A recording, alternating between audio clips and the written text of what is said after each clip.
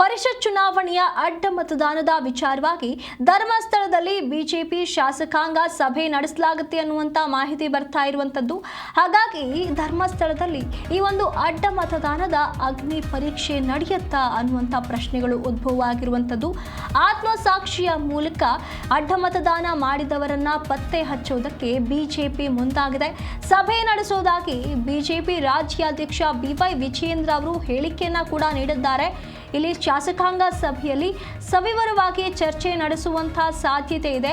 ಇಲ್ಲಿ ಪ್ರಮಾಣ ಮಾಡುವ ಮೂಲಕ ಕಳಂಕ ಮುಕ್ತರಾಗೋದಕ್ಕೆ ಬಿಜೆಪಿ ನಿರ್ಧಾರವನ್ನ ಮಾಡ್ತಾ ಇರುವಂತದ್ದು.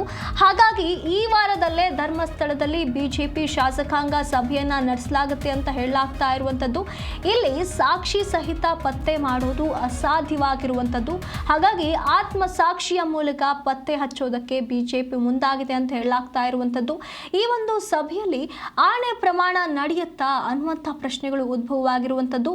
ಅಧ್ಯಕ್ಷ ವಿಪಕ್ಷ ನಾಯಕರ ಸ್ಥಾನವನ್ನೇ ಇಲ್ಲಿ ಅಲುಗಾಡಿಸುವಂಥ ಪ್ರಕರಣ ಇದು. ಈ ಒಂದು ಅಡ್ಡ ಮತದಾನದ ವಿಚಾರವಾಗಿ ಅಧ್ಯಕ್ಷರು ಮತ್ತೆ ವಿಪಕ್ಷ ನಾಯಕರ ಸ್ಥಾನದ ಬಗ್ಗೆ ಪ್ರಶ್ನೆ ಉದ್ಭವವಾಗಿತ್ತು.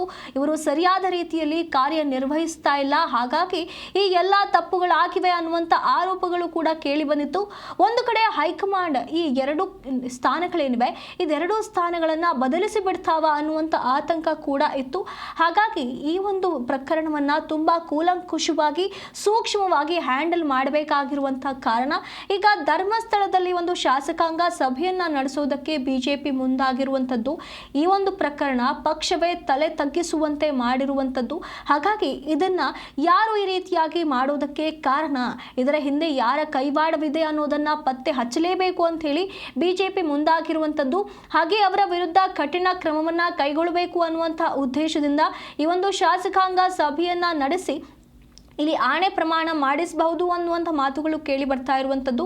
ಹೀಗಾಗಿ ಅಣ್ಣಪ್ಪ ಸ್ವಾಮಿ ಸನ್ನಿಧಾನದಲ್ಲೇ ಒಂದು ತೀರ್ಮಾನವನ್ನು ತೆಗೆದುಕೊಳ್ಳೋದಕ್ಕೆ ಬಿಜೆಪಿ ಮುಂದಾಗಿದೆ ಅಂತ ಹೇಳಲಾಗ್ತಾ ಇರುವಂಥದ್ದು. ಇಲ್ಲಿ ತಪ್ಪು ಮಾಡಿದವರು ಆರೋಪ ಹೊರುವುದು ಏಕೆ ಅನ್ನುವಂಥ ಪ್ರಶ್ನೆಗಳಿದೆ. ಯಾರು ತಪ್ಪು ಮಾಡಿದ್ದಾರೋ ಅವರನ್ನ ನೇರವಾಗಿ ಕಂಡುಹಿಡಿಬೇಕು. ಸುಮ್ಮನೆ ತಪ್ಪು ಮಾಡದೇ ಇದ್ದವರ ಮೇಲೂ ಕೂಡ ಇಲ್ಲಿ ಆರೋಪಗಳು ಕೇಳಿ ಬರ್ತಾ ಇದೆ.